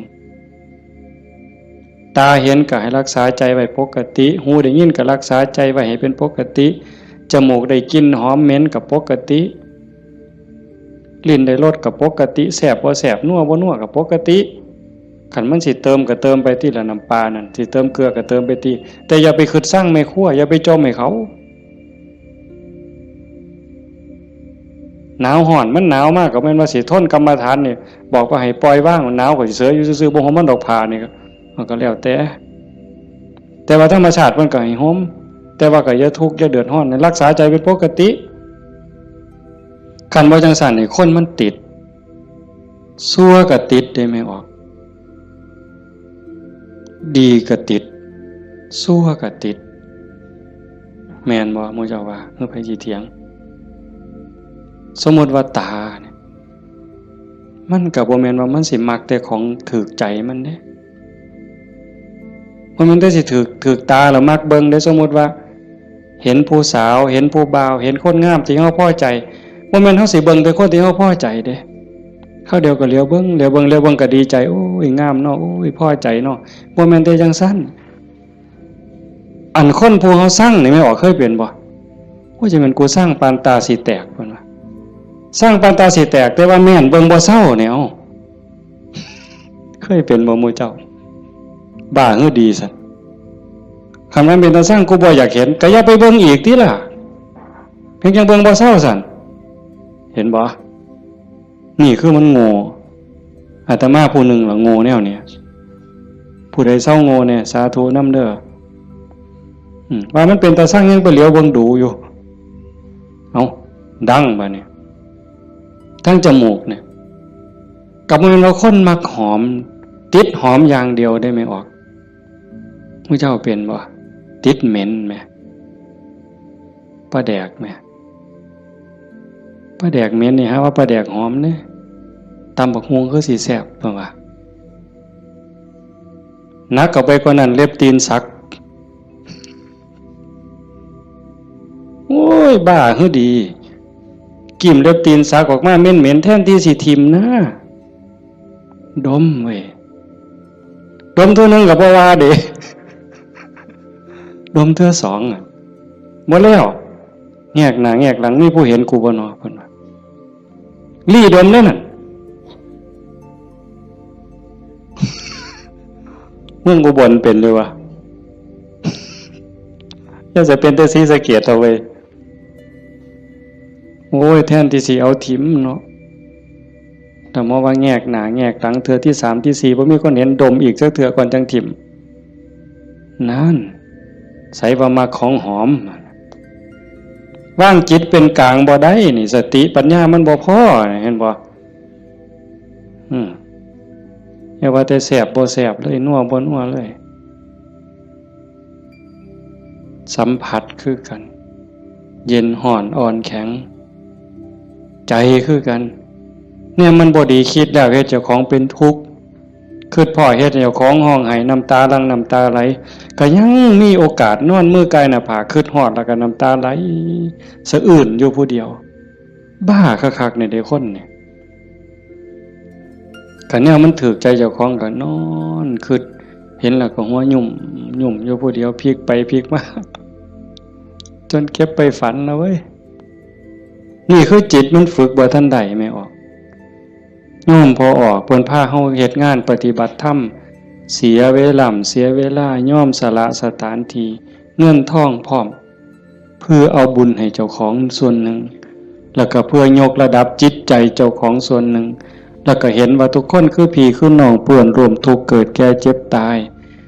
ทุกคนเคยเป็นพี่เป็นน้องเป็นญาติสายโลหิตเป็นสามีภรรยากันมานับภพนับชาติบ่ถ้วนชาตินี้ชีวิตนี้ได้เข้าใจในหลักธรรมคำสอนของพระพุทธองค์กะหวังให้เกิดประโยชน์สูงสุดส่วนหนึ่งเราก็ฉลาดบักคักถ้ามาเสือสู่คนที่นั่งอยู่นี่แบ่งบุญเล่าเด้เรากินเปอร์เซ็นต์หมู่เจ้าได้เนี่ย เป็นพ่อค้าสำนะหัวพ่อค้ายังมีอยู่นี่แม้แต่เฮ็ดบุญเด้ถ้าเบิ่งมื้ออื่นทราบบัดสิมื้อนี่บัดสิมื้อนี่จากโอ้ยอนุโมทนาสาธุเด้อนำพ่อใหญ่เด้อพ่อใหญ่ก็สาธุเอาหมดให้เจ้าได้บุญหลายๆจะแม่นอ่อนซ่อนเจ้าเห็นบ่เปอร์เซ็นต์ที่เราได้นำหมู่เจ้าเนี่ยจิตเราก็สะอาดขึ้นยิ่งเข้าใจในการประพฤติปฏิบัติหวังยกจิตยกใจพลังบุญตรงนี้เฮ็ดให้จิตเราสูงขึ้นมีกำลังใจขึ้นมีความเพียรพยายามมากขึ้นจิตโล่งโปร่งเบามากขึ้นพลังบุญมันส่งนี่คนฉลาดก็เฮ็ดแนวนี้คันคนบ่ฉลาดเด้มีที่มีสวนจังซี่สถานที่ดีๆจังซี่ชวนหมู่มากินเหล้ากระท่อมงามๆมันสินั่งกินเหล้าเบิ่งแสงเดือนแสงดาวใจมันสิอ่อนซ่อนคักแล้วไปอีกคนละแนวแต่คนมีปัญญาเฮ็ดอีกแบบนั่นว่าการประพฤติปฏิบัติเป้าหมายสูงสุดก็คือขนกิเลสออกจากใจความโลภความโกรธความหลงความหักความชั่งความเกลียดความกลัวอิจฉาริษยาอาฆาตพยาบาทจองเวรน้อยเนื้อต่ำใจโยมสังเกตใจเจ้าของให้มันเห็นขันบ่เห็นตรงนี้ก็งมอีกโดนเติบได้กิเลสมันเกิดอยู่ใจเนี่ยคุณธรรมก็เกิดอยู่ใจเนี่ยนรกก็อยู่ใจสวรรค์ก็อยู่ใจเนี่ยเฮาสิให้อีหยังเกิดมันเกิดได้เทื่อละอย่างไม่ออกความโลภความโกรธความหลงอิจฉาริษยาอาฆาตพยาบาทจองเวรน้อยเนื้อต่ำใจหักสั่งเกิดในใจเขาเกิดได้เทื่อละอย่างซ้ำกับตะเว้นขึ้นแจ้งมืดจักไปใสเหมือนยังตะเว้นตกดินความมืดจักมาแต่ใสความแจ้งจักไปใส ย่ำเฮาดีใจนี่ความเสียใจจักไปใส่มิดอ้อยซอยย่ำเฮาสร้างขึ้นมาหักกับมดอ้อยซอยผัวเจ้าของนี่แล้วเคยเปลี่ยนบ่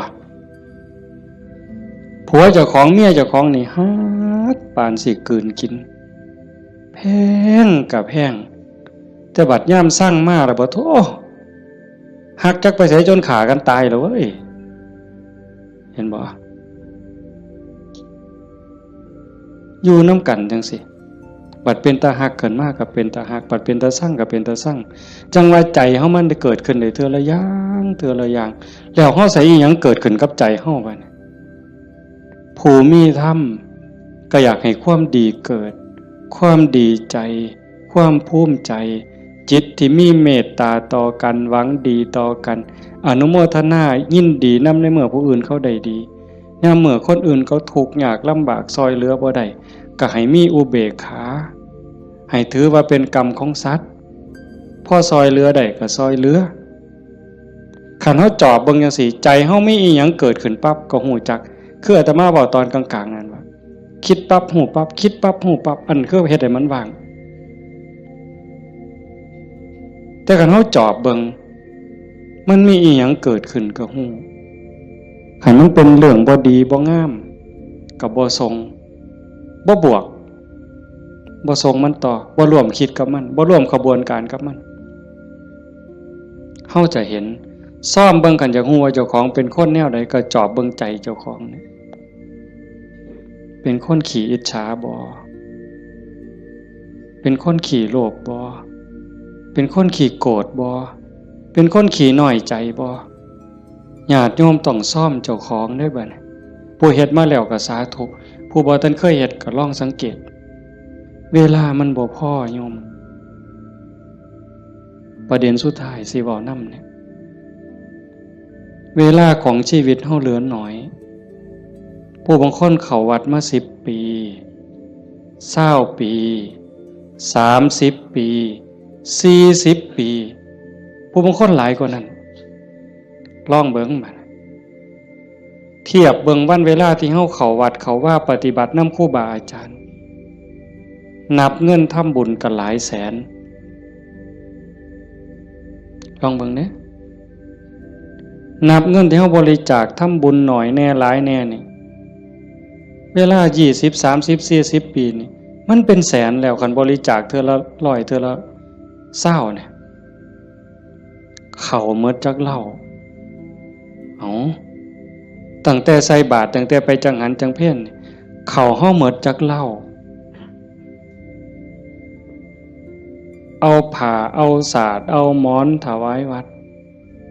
หมดไปหลายปานใดคันเว้าถึงแง่เป็นบุญแง่ความภูมิใจนี่โยมก็ภูมิใจบักคักเอาตัวนี้มาเป็นปีติจูงจิตให้เกิดความสงบก็ยังได้เป็นบุญได้เป็นจาคานุสติเนี่ยนำพาจิตไปสู่ความสงบได้อันนี้คือแง่ของบุญก็เป็นที่เพิ่งให้จิตให้ใจอย่างมหาศาลเลยล่ะไปแต่คันเว้าถึงแง่ของการพัฒนาเป้าหมายของพุทธศาสนาในขณะที่เสียเงินไปหลายแสนแล้วหมดเงินไปหลายแสนแล้วหมดเข้าไปหลายเหล่าแล้วยกใจขึ้นบ่ใจเฮายกขึ้นได้ส่ำใดความโลภลดลงจักหน่อยบ่ความโกรธลดลงจักหน่อยบ่ความแข็งดีแข็งเด่นลดลงจักหน่อยบ่หือไปวัดแห่งแต่ไปผิดกันอยู่วัดขาดทุนได้นี่ครูบาอาจารย์มีสื่อมีเสียงลังเทื่อก็สิไปญาติกันเป็นที่หนึ่งมันมีอยู่เรื่อยเห็นอยู่หลายหมองโดยเฉพาะโยมฝ่ายอุบาสิกาเฮ็ดหยังก็อยากถวายหลวงพ่ออยากให้หลวงพ่อฉันของเจ้าของใส่ของเจ้าของผู้นี้เฮ็ดอยู่แล้วมีผู้ใหม่มามีการแข่งกันขาดทุนนี่ตัวนี้คือขาดทุนลอดพื้นบ่แม่นขาดทุนธรรมดากิเลสมันบ่ได้ยอมเฮาเด้ไม่ออกสังเกตเด้อย่าเชื่ออาตมานำ แม่ได้พระเถอะเพราะฉะนั้นหลวงปู่ชาบ่ได้ถีบพระดอกเนาะได้ไปหนวดหลวงปู่แล้วว่าเจ้าของคักหลวงปู่เพิ่นฮู้จักความคือเลยถีบเลยหงายหลังตึงยังจังได้คิดเห็นบ่นี่คือครูบาอาจารย์เพิ่นสอนให้เห็นจิตตัวนี้โยมคันบ่เห็นจิตตัวนี้นี่ง่มเศร้าอีกโดนเติบเยจิตตังสัญญเมสันติโมขันติมานะพันธนาถ้าบุคคลใดจะพึงตามดูจิตบุคคลผู้นั้นจะพ้นจากบ่วงแห่งมารคันเห็นใจตัวนี้นี่เขาต้องการความสะอาดแม่นบ่ต้องการความสะอาดต้องการความบริสุทธิ์แห่งจิตแห่งใจเนี่ยมันจะเห็นคันบ่จังซั่นเข้าข้างเจ้าของเสยเด้มันมาที่หลังมันสิมาใหญ่กว่าเฮาได้จังใดมันสิมาเป็นที่หนึ่งได้จังใดผิดกันวัดแตกเว้ยมีเด้แนวนี้ก็ได้ขาดทุนเสียเงินเสียทองหาคืนใหม่ได้เด้หาเงินแสนเฮาก็ยังมีโอกาสสิหาพ่อโยมหาเงินล้านยังมีโอกาสสิหาพ่อเสียยังก็เสียได้แต่ว่าคันเสียเวลาเนี่ยเสียเลยเด้เสียเลยมีเงิน100 ล้านซื้อนาทีที่ผ่านไปกลับมาบ่ได้ซื้อนาฬิกาเลื่อนละแสนเลื่อนละล้านน่ะซื้อได้แต่ซื้อเวลาวินาทีเดียวก็ซื้อบ่ได้เฮาหายใจเข้าหายใจออกตอนนี้หมดแล้วก็หมดเลยบ่กลับคืนมาอายุเฮาก็หมดไปความตายก็ใกล้เข้ามาเวลาแห่งการเก็บเกี่ยวสัพพะธรรมเก็บกรรมบุญกุศลซักฟอกจิตใจให้สะอาดบริสุทธิ์มันหมดไปเรื่อยๆจังซั่นจังว่าเขาวัดเขาว่าประพฤติปฏิบัติขันบ่เข้าใจถึงสาระแก่นสารคำสอนของศาสนาเนี่ยบุญนั้นได้อยู่ดอกแต่มันบ่ทันปลอดภัยอย่างว่าพระพุทธเจ้าบ่ให้มาติดอยู่ที่บุญแต่เพิ่นให้เฮ็ดบุญให้สร้างบุญให้สร้างหลายๆแต่ว่าให้กายไปอีกสู่ความสะอาดบริสุทธิ์แห่งใจถ้ามันไปบ่ทันฮอดนั้นบ่ปลอดภัยเทวดาก็ตกสวรรค์ได้เห็นบ่จังซั่นจังว่าในเมื่อเฮามาสู่ขบวนการปานนี้โยมพอออกผู้เป็นเจ้าภาพก็ตั้งใจปานนี้เฮ็ดดีมาปานนี้ก้าวขึ้นไปอีกก้าวขึ้นไปนี้ก่อนวันเวลาของชีวิตมันสิหมดให้พยายามเฮ็ดใจให้เป็นกลางๆหูได้ยินจมูกได้กลิ่นลิ้นได้รสกายได้สัมผัสก็เฮ็ดใจให้เป็นกลางๆสิปฏิบัติกับสิ่งที่มากระทบจากตาเห็นจากหูได้ยินจากจมูกได้กลิ่นลิ้นได้รสกายสัมผัสก็เฮ็ดด้วยสติอย่าให้รู้สึกว่าหักอย่าให้รู้สึกว่าสั่งอย่าเฮ็ดด้วยความสั่งอย่าเฮ็ดด้วยความดีใจด้วยความเสียใจอย่าเฮ็ดด้วยความหักให้จิตเป็นกลางกันเด้อจังสิขันเฮ็ดได้จังสิมันอ่อนซ่อนเจ้าของเด้อาตมาก็เฮ็ดบ่ทันได้ก็ยังพยายามอยู่ก็จังว่าส่วนญาติส่วนโยมเฮ็ดไปพร้อมๆกันคันบ่จังซั่นน่ะมันเสียเวลาเสียดายเจ้าของ30-40 ปีหมดเงินก็หลายแสนหมดข้าวก็หลายเหล่าหมดเวลาในการทำมาหากินเงินที่มาบริจาคข้าวของที่มาทำบุญก็หมดไปแล้ว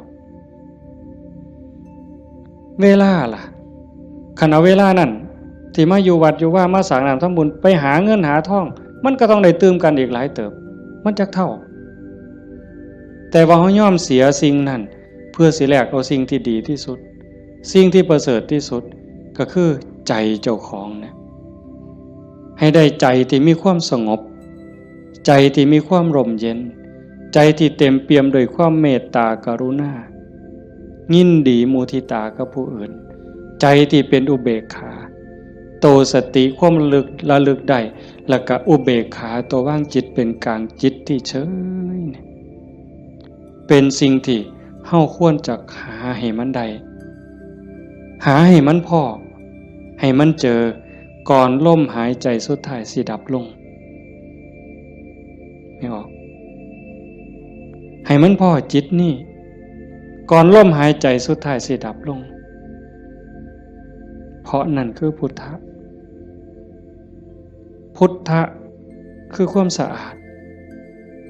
จิตที่สะอาดจิตที่สว่างจิตที่สงบ สะอาดจากหักจากสร้างจากดีใจจากเสียใจจากได้จากเสียจากบวกจากลบสว่างสวัยด้วยสติปัญญาหูเท่าท่านตามความเป็นจริง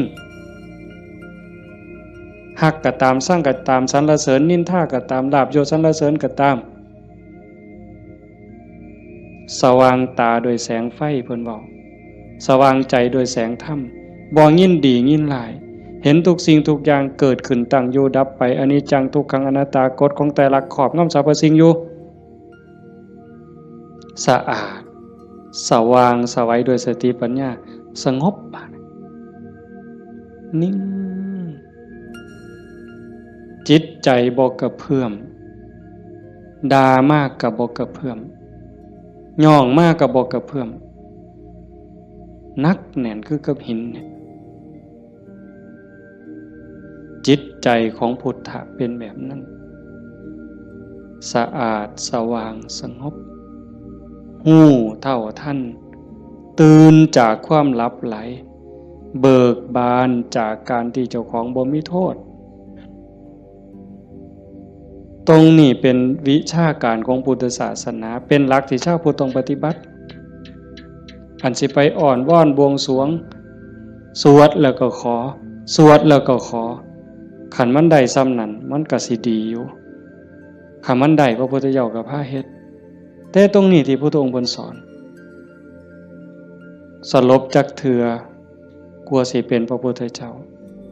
หลวงปู่ชาลำบากปานใดอาตมาเคยอ่านพอเนาะ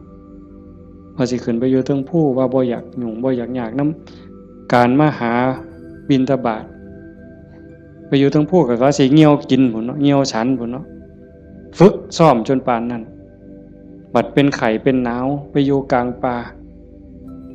ก็บ่อยากให้ผู้พี่น้องยากนำก็ซ้อมมันสิใจขาดยามใดสิจูดไปสุดที่ถิ่มเพิ่นว่าบ่ได้ยินเสียงกวงห้องหลวงปู่เพิ่นปัญญาหลายดีเนาะอาตมาก็จังได๋ดอกมื้อนึงไปอยู่อยู่วัดวัง 2-3 มื้อนั่นล่ะก็เปิดวิทยุฟังหลวงปู่เพิ่นเทศน์อาตมาก็หัวอยู่ผู้เดียวจุจ่อๆสั่นๆนี่คำสอนหลวงปู่ซ่าอยู่กับเจ้าของนี่อยู่หูดังนี่เนาะอยู่กับขนตานี่ทักงุ่มจ่อๆธรรมะนี่โอ้จะเป็นปัญญาคักๆเพิ่นยังว่าโอปนัญญิโกเป็นสิ่งที่ควรน้อมเข้ามาใส่ตนมันบ่อยู่ไสไม่ออกคันเวลามันสิเข้าใจมันสิฮู้เล็กๆน้อยๆนี่ดอกมันหูในเจ้าของมันเห็นในเจ้าของนี่โอปนัญญิโกเป็นสิ่งที่ควรน้อมเข้ามาใส่ตนคันน้อมเข้ามาใส่ตนนั่นเป็นคำสอนของพระพุทธเจ้าคันน้อมออกไปจักแม่นคำสอนไผบัดนี้คันไปอ่อนว่อนบวงสรวงเทวบุตรเทวดาอินพรหมยมยักษ์พระเจ้าทั้งหลายนี่แล้วโลดแต่ว่าอาศัยการประพฤติปฏิบัติจังว่าการฟังเทศน์ฟังธรรมให้เป็นไปเพื่อความศรัทธาความเหลื่อมใสศรัทธาปาสาทะวิริยะความภาคเพียรพระพุทธศาสนาเพิ่นสอนเรื่องความภาคเพียรวิริยะนะทุกขมัจเจติเฮาสิล่วงทุกข์ได้ก็ย้อนความเพียรพยายามของเฮาเองผู้อื่นเฮ็ดให้บ่ได้คันเฮ็ดให้ได้มีผู้วิเศษผู้ศักดิ์สิทธิ์ครูบาอาจารย์เป่าให้เสกให้ผู้ใดสิเกินพระพุทธเจ้าพระออกว่าไผสิเกินพระพุทธเจ้าในโลกในจักรวาลเนี่ยคันมันเฮ็ดแทนได้ทำพิธีเฮ็ดให้ได้พระพุทธเจ้าเฮ็ดให้หมดมื้อเช้าย่างบิณฑบาตหัวแต่ว่ามันก็หาเรื่องอยู่เลยปีชงเพิ่นว่าปีนี้ปีชงหยังชงกาแฟ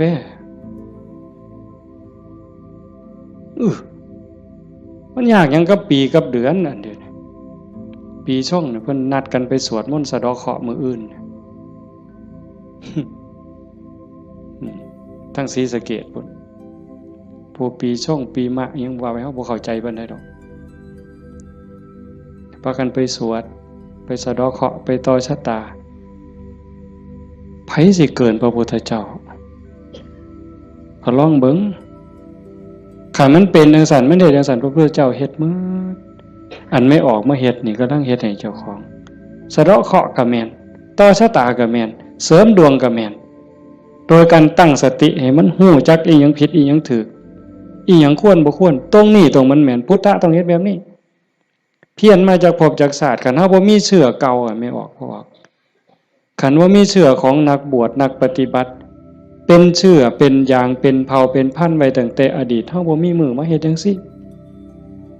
ในเมื่อเฮามีของเก่ามานำพามาสู่การเหตุการณ์ทำจังซี่มีกัลยาณมิตรพาเหตุพาทำให้ทุ่มเทเต็มที่ถือว่าโอกาสได้เกิดมาเป็นมนุษย์ได้พบพระพุทธศาสนามีสติปัญญาหูดีหูชั่วหูผิดหูถูกยังมีสติหูอยู่จังสิเฮ็ดเต็มที่ก่อนมันสิหมดเวลาแล้วอย่าคิดว่าเจ้าของซ่าเด้ไม่ออกญาติโยมอย่าคิดว่าเฮาสิเฮ็ดบ่ทันตราบใดลมหายใจยังมีอยู่สติสัมปชัญญะยังหูผิดหูถูกเพิ่นว่าเฮามีโอกาสจนลมหายใจสุดท้ายจนลมหายใจสุดท้ายยิ่งเฮาฟังเทศน์ฟังธรรมอยู่บ่อยๆอยู่ประจำบัดจนหอดเฮาเจ็บเฮาป่วยเฮาใจสิขาดสิล้มสิตายสิ่งที่เฮาฝึกมาตลอดชีวิตทบทวนมาตลอดชีวิตหอดเวลานั้นมันจะว่างแม่นบ่แม่นก็แล้วแต่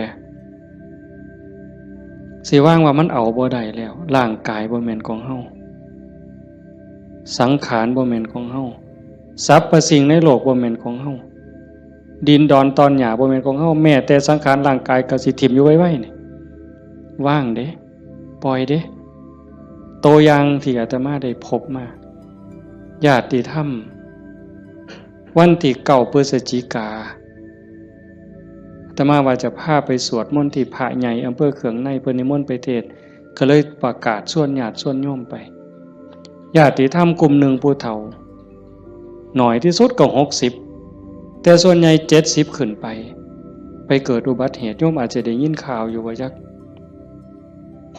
รถสิเลี้ยวเข้าพระใหญ่เขื่อนเพื่อเขื่องในเลี้ยวเข้าไป2ขั้นหน้าไปติดหลุมสิลงจากทางลาดยางมันมีหลุมก็คอยหยอดขั้นหน้าคอยหยอดขั้นหลังก็จอดนิ่งๆรถวัดป่าใหญ่เมืองอุบลแล่นมาต่ำเข้าเต็มลำหลังหัวเก๋งนั่นคนอยู่ทั้งหลังนี่7อยู่ทั้งหน้า2คนทั้งหน้า2บ่เป็นหยังแต่อยู่ทั้งหลัง7คนนี่ฟ้องลงรถตาย3บาดเจ็บหนัก4เป็นจังไดพวกผู้เฒ่าทั้งหมดนี่ว่าชีวิตเฮาอันนี้เพิ่นเว้าก่อนเป็นได้เว้ามาเรื่อยๆดอกบ่แม่นเว้ามื้อนั้นเว้าเรื่อยๆเว้าตลอดถ้าเฮาได้เข้าวัดเข้าว่าได้ปฏิบัติเป็นนักรบตายในสนามรบตายยามใดก็บ่ย้านยิ่งไปเฮ็ดบุญตายแห่งแต่ดีบางสิเลยเด้ตายก็ตายไปแต่ว่าซุ่มยั่งนี่กระดูกโค้งหักแขนหักกระดูกสันหลังเคลื่อนกระดูกต้นข้อเคลื่อนขาหลุดโบกแม่นหมด2คนหนึ่งนี่หมอเขาว่าเป็นอัมพาตตลอดชีวิตซอยเหลือเจ้าของบ่ได้อาตมาก็ออกมาบ่ได้เทศน์จำสนอกได้ยินข่าวอาตมาไปนั่งลงปุ๊บก็เสียงหวอรถดังเลยพอได้ยินข่าวว่าเป็นญาติที่ทำก็แต่ตามเขามาโรงพยาบาลเขืองในพอแต่ไปหอดแม่ใหญ่นึงเขาก็ไปเขามาอุบลก็หลายแล้วแต่แม่ใหญ่นึงนอนอยู่ก็เจ็บแขนหักหน้านี่ลอกหมดเลือดแดงพอแต่เห็นโอ้ยอาจารย์แขวหักเพิ่นว่าแขวเสียไปซ้ำเพิ่นว่าโอ้ยสร้างมันต่อใหญ่บ่ได้ซื้อเพราะบาทดอกแขวเพิ่นว่าเราก็ยังดีใจอยู่เด้หลานหน่อยไปนำหลานอาตมาไปนำ2คนจับมือยายแน่มันหนาวมันสิไปทั้งเพิ่นแล้วนะมันหนาวจับมือยายแน่ให้ยายอุ่นแน่ให้ยายอุ่นแน่เด็กน้อยก็จับผู้คนก็บ่ฮู้เรื่องสลบไปบัดพ่อใหญ่นึงบัดกระดูกหักเขาก็คิดว่าแอวหักถ้ามาก็คิดยากหมอเขาก็มาจับนี่เขาก็เพื่อทดสอบว่าเป็นหยัง มาสุดท้ายเขาก็ว่าแอวหักกระดูกหักธรรมาก็โอ้ยตารู้ตนผู้เฒ่าเราก็ถามหาเมียเนาะครูนั่นโยมบ้านฟังเพลอาจจะเห็นพ่อใหญ่ผู้ดำๆมันเพิ่นสิเป็นครูแต่ธรรมาเอิ้นแต่เทวดาตาบ่เห็นห่วงดอกผู้เฒ่าขี่รถมาเกือบ20กิโลรถซาเล้งเพิ่นมานั่นเพิ่นก็ถามหาเมียเพิ่นอาตมาก็บ่ได้ปากดอกแต่หมอไปนำนั่นเพิ่นเว้าก่อนยายเพิ่นก็ถามหาตาอยู่จริงๆเขาไปอุบลตายก่อนหมู่ยายนั่นหมอนเป็นตะเงิดหลายบัดนะอาตมาเยี่ยมอยู่โรงพยาบาลสรรพสิทธิ์ไปเยี่ยมเฒ่าผู้ชายหันก่อนโอ้ยอาจารย์บ่แม่นของเฮาจักอย่างเพิ่นว่าเด้บ่แม่นของเฮาจักอย่างบอกบ่ให้เจ็บมันก็เจ็บมันอยากเป็นหยังมันก็เป็นบ่แม่นของเฮาจังแม่นน้อเพิ่นว่าหลงว่าของเจ้าของมาตั้งโดนอันนี้ก็ตัวนึงหลังจากนั้นมาเยี่ยมแม่ใหญ่ผู้กระดูกข้อเคลื่อนกระดูกสันหลังเคลื่อนอันนี้หมอก็ว่าเป็นอัมพาตตลอดชีวิตบัดนี้ถ้ามาฮอดแล้วเว้าแม่ใหญ่นี่แล้วเว้าอีหลีน่ะเว้าแผ่วๆๆๆเสียงดังเว้าแต่กรรมฐานแล้วเว้าหยังดอกโอ้ยบ่ย้านจักหน่อยอาจารย์เพิ่นว่าลูกศิษย์อาจารย์ใหญ่วัดโน่นกุลมบ่ย้านเพิ่นว่านั่งสมาธิ6 ชั่วโมง9 ชั่วโมงสำบายตายก็ดีมันสิได้เศร้าเจ็บเศร้ามีแห้งเพิ่นว่าแต่ว่าเราหลับไปยามใดวึบไปยามใดเราว่าขาวอักลาก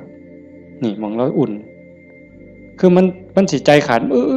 หลับไปยามใดปุ๊บสิคนใส่ชุดขาวเต็มอยู่ตลอดนี่คือนิมิตดีเด้คันตายในขณะนี้นี่สวรรค์เขาเอาเราไปแท้แต่ว่าเราปฏิบัติตลอดที่จริงเขาให้เราอยู่ห้องผู้เดียวเป็นห้องอันตรายแล้วพอนะโอ้ยดีแห้งอาจารย์เขาให้อยู่ผู้เดียวบ่มีผู้ใดมากวนปฏิบัติภาวนาเมิดขึ้นเพิ่นว่าอันบ่ฮู้ทิพย์เด้นั่นเจ้าของนั่นอันตรายที่สุดเพิ่นว่าเพิ่นสำบายไม่มีผู้ใดมากวนเพิ่นนั่นบัดเอาไปเอามาภาวนาตลอดอยู่โรงพยาบาลตลอดย่างได้ซุมื้อ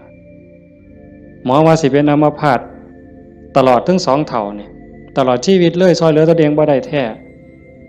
เดี๋ยวนี้ย่างได้ทั้ง2คนเห็นบ่มองอัศจรรย์หลายพอใหญ่เข็ม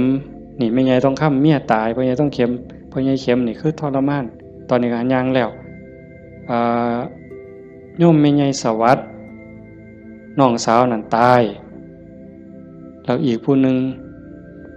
ถ้ามาเจอบ่ได้ตายบ่เอาเรื่องกับรถถือว่าเป็นกรรมเป็นเวรเป็นสิ่งที่เกี่ยวเนื่องกันมาใครแม่นเฮาสิว่าแนวใดมองอาตมาเงิดอ่อนซ่อนใจคนน่ะขอบ3ครอบครัวนี่ผู้นึงเจ็บสาหัสผู้นึงตายนี่บ่เอาเรื่องกับรถบ่เอาเรื่องกับครูกรณีถือว่าเป็นเรื่องของบาปของบุญเป็นเรื่องของวัฏสงสารให้แล้วต่อกันเขาก็บ่อยากมาซ่อนเขาก็บ่อยากพาเฮาไปตายนี่มองว่าคุณภาพของธรรมะมองเข้าใจธรรมะมันเฮ็ดใจได้ขนาดนั้นคักบ่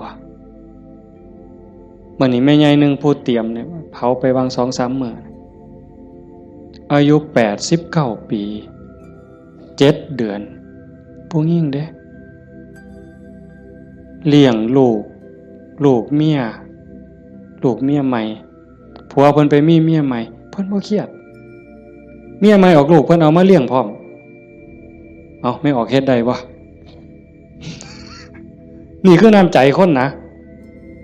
แม่ใหญ่นี่เราปฏิบัติธรรมอยู่นำครูบาอาจารย์มาตลอดลูกเราดีหมดทุกคนเป็นหมอ2เป็นครูผู้หนึ่งเป็นเจ้าหน้าก็มีอยู่2คนแต่ว่าหม่องอัศจรรย์คือเราปฏิบัติตลอดโยมไม่ออกสวดปาติโมกข์ได้ที่พระเพิ่นลงปาติโมกข์นี่แม่ใหญ่น่ะเราสวดได้อาตมาสวดบ่ได้หม่องเป็นตะงึดหลายแต่ว่าเราตกศาลาเทื่อนึงย่างจงกรมมันมืดตกศาลาสมัยก่อนนั่นขาหักว่าซั่นเห็นบ่บัดมื้ออาตมาสิไปเยี่ยมอาตมาไปเทศน์ฟังทั้งครูขันก็เลยว่าสิกายไปทางนั้นลูกชายเพิ่น ว่าบ้านอยู่ทั้งนั้นก็เลยพาไปเยี่ยมลูกชายก็บอกว่าอาจารย์สิมาเยี่ยมแล้วลูกบ่ได้ตลอดแต่ว่าสติเราดีเด้เพราะแต่ว่าอาตมาสิไปเสียงรถเขาไปจอดแล้วลุกขึ้นมานั่งพอแต่มาไปนั่งลงแล้วก็กราบได้เท่าเดียวดอกก็นอนมันวิ่นหัวปานนั้นเราก็เว้าธรรมะโต้ตอบได้ทุกเรื่องสติบ่ขาดลูกหลานจักว่าเท่าใดมาเต็มเฮือนแล้วจำได้ฮอดซุมบ่นุ่งผ้าว่ามันชื่อหยังนิสัยมันดื้อบ่ดื้อแล้วฮู้ผู้นี่หมองลูกหลานไว้ย่าย่ายอยู่อีกเด้อโอ้ยมันทุกข์มันยากบ่อยู่ดอกอยู่น้ำหลานอีกแน่อยู่โดนแล้วผู้นี่มัดมือสิใจขาดหลานผู้เรียนอยู่จุฬากำลังขึ้นรถลูกชายว่าย่าถาหลานเนี่ยเด้อหลานกำลังขึ้นรถโอ้ยถาบ่ถามันก็บ่แม่นแม่วะแล้วว่าเป็นเรื่องของเพิ่นว่าเห็นบ่เป็นเรื่องของเพิ่นบ่แม่นเรื่องของย่าหมองคักหลายว่าแล้วตายนั่น